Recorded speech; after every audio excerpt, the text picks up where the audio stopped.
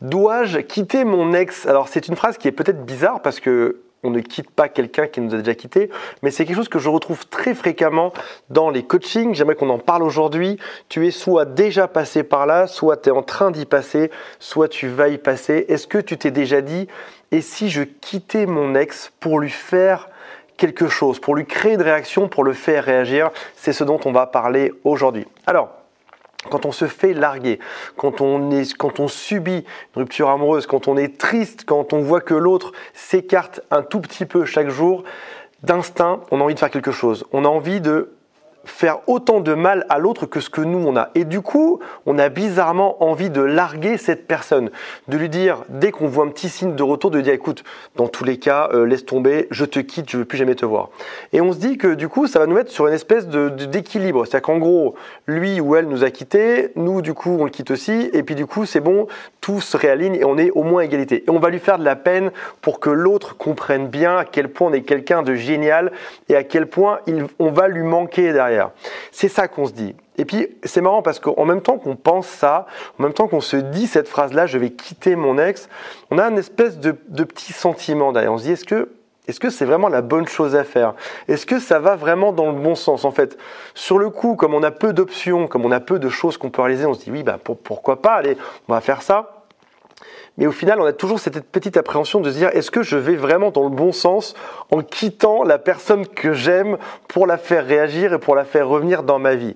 La réponse est non, probablement pas. Je t'explique tout dans cette vidéo aujourd'hui.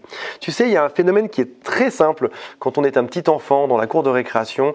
Quand un petit enfant nous fait du mal, on a envie de lui faire tout autant de mal. Et on se dit que quand on va grandir derrière, on va changer, alors qu'en fait non, pas du tout, on ne change pas, on reste les mêmes. Quand quelqu'un nous fait du mal, on a aussi envie de punir l'autre, même si on l'aime.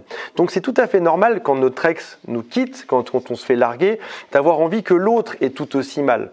Seulement, ça va peut-être pas forcément dans le bon sens, parce que oui, je te rappelle que nous on est amoureux, l'autre il est parti, mais nous on est toujours amoureux. Donc en fait, si on dit qu'on va le quitter, on ment, enfin tu vois, on va dans le sens inverse. Donc ce que je te conseille de faire, c'est un exercice qui est autre. C'est pas de quitter quelqu'un qui t'a quitté. C'est un autre exercice. C'est de prendre du recul, de prendre de la distance. Tu sais, je parle souvent déjà du silence radio, qui est une très bonne chose. Mais le recul, ça peut se faire d'autres manières. Ça peut être, par exemple, de réfléchir à sa propre vie, de réfléchir à ce qu'on aime dans la vie, de réfléchir à là où on veut aller. Un exemple très simple, moi c'est quelque chose que j'ai sur mon téléphone. C'est une note sur laquelle je travaille très souvent. Ça s'appelle les 10 choses que j'attends de mon couple. Et dessus, je marque, par exemple, j'attends de mon couple, un exemple au hasard, j'attends de mon couple qu'on habite au même endroit. Alors, je ne vais pas trop te dévoiler ma vie, mais j'attends de mon couple qu'on aille en vacances au moins 2 fois par an ensemble. J'attends de mon couple que je puisse aussi, de temps en temps, aller voyager seul. J'attends de mon couple qu'on ait des enfants. J'attends de mon couple que ça se passe comme ci, comme ça, etc.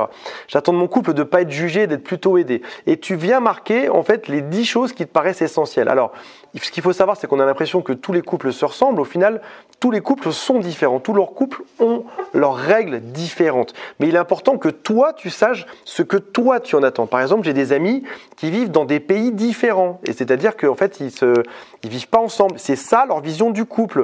Et c'est bien et c'est normal. J'ai d'autres amis qui, eux, ne se verraient pas être monogames, être fidèles entre eux. Et dans ce cas-là, ils vont chacun voir ailleurs. Mais c'est ça leur définition du couple. J'ai d'autres amis qui se verraient bien emménager, mais pas dans la même maison, plutôt dans la même rue. C'est ça la définition du couple. Et à un moment donné, voilà ce qui se passe dans le couple.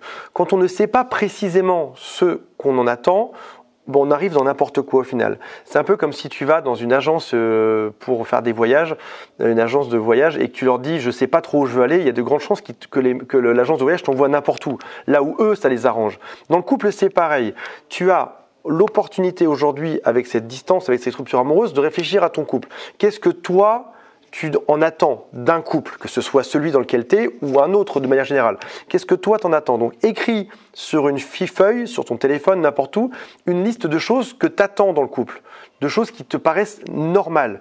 Comme ça déjà, lorsque ton ex va revenir, parce que les ex reviennent toujours, déjà tu seras plus sûr de toi. Tu seras sûr de ce que tu veux dans ton couple, ce sur quoi tu peux éventuellement négocier et ce que tu refuses totalement. Parce que tu as marqué quelque part et ça t'a fait un ancrage en toi sur ce que tu attends dans le couple-là. Donc, premier conseil, plutôt que de quitter ton ex qui t'a déjà quitté, prends un temps pour faire un recul et réfléchir à toi. Deuxième chose, note sur ton téléphone les choses que tu attends de ton couple. Ça peut être 5 choses, 7 choses, 10 choses et reviens dessus régulièrement. Reviens dessus peut-être dans un jour, 2 jours, 3 jours ou parle-en avec des amis, demande-leur des conseils pour trouver ce qui te ressemble à toi. En fait, le gros souci de cet exercice-là, c'est qu'on a souvent tendance à bêtement reproduire le schéma de nos parents. C'est-à-dire en fait qu'on a vécu quelque chose avec nos parents, on n'arrive pas à imaginer autre chose dans sa vie. Sauf qu'en fait, ce qui nous rend heureux, c'est pas forcément ce que nos parents, de la manière dont nos parents étaient heureux. C'était peut-être quelque chose de totalement différent. Donc maintenant, tu es un adulte, il est temps pour toi de déterminer ce que toi, tu kiffes dans un couple, sans pour autant être influencé par les autres, ni être influencé par tes parents, par la même question. Mais quelque chose que toi, tu aimes vraiment. Est-ce que tu aimes être avec l'autre tout le temps, de temps en temps, une fois par semaine, une fois par an? Est-ce que tu aimes habiter avec l'autre? Est-ce que tu aimes voyager? Est-ce que tu aimes aller au restaurant de temps en temps? Est-ce que tu aimes est-ce que tu aimes l'aider lorsque ça va pas? Ou au contraire, toi, tu te dis que chacun dans un couple doit trouver sa voie et sa solution et tu dois avancer, etc. Donc voilà, prends du recul. On marque sur une feuille les choses qu'on attend du couple. Après ça, au bout d'un moment, la meilleure punition que tu puisses faire à un ex, c'est de plus lui parler lorsqu'il part. C'est ça qui rend fou un ex. C'est pas d'aller le quitter en fait. Aller le quitter, ça va être juste être perçu comme une espèce de recherche désespérée d'atteindre son attention. En plus, l'ex, il est malin. Si jamais tu le quittes, et puis que dès qu'il revient un peu, qu'il pointe son nez, tu ressors avec lui, tu recouches avec lui, il se passe des choses, il va vite comprendre le truc. Tu peux même le quitter 10 fois en fait. Il va vite comprendre qu'en fait, c'est lui qui a le pouvoir. Alors que si tu fais un pas en arrière, il va comprendre qu'il perd le pouvoir. Et dans ce cas-là, ça c'est une punition. Ça c'est quelque chose qui est vraiment stressant. Donc, tu as pris du recul, tu as écrit sur une feuille quels étaient tes objectifs dans la vie. Une fois que c'est fait, tu as le pouvoir, c'est-à-dire que tu vas pouvoir attendre que ton ex revienne et tu vas pas passer pour quelqu'un qui change tout le temps d'avis.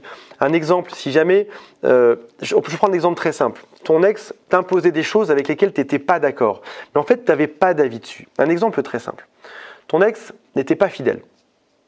Sauf que toi, en fait, tu n'as jamais fait cette fiche. Toi, dans ta tête, tu te dis la fidélité, c'est quoi? Ça peut être compliqué. Est-ce que c'est d'aller parler à des filles? Est-ce que c'est d'aller les draguer? Est-ce que c'est d'aller les embrasser ou quoi? Dans ta tête, c'était pas clair. Mais une fois que c'est noté sur ta feuille, c'est clair.